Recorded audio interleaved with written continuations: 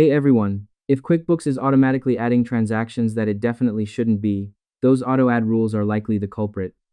Today, I'm showing you how to find, disable, or completely delete them so you can get back in control of your banking. Let's get into it. Step 1. Navigate to bank transactions. First, head over to the left-hand sidebar, hover over Transactions or Banking, and select Bank Transactions. Step 2. Access the Rules tab. Once you're on the banking page, look at the tabs across the top. Click on the one labeled Rules. This is where all your automation lives. Step 3. Identify the auto-add rules. Look through your list of rules. The ones causing the automatic entries will have a small green auto-add badge or icon next to the rule name. These are the rules that bypass your review and go straight into your categorized books. Step 4.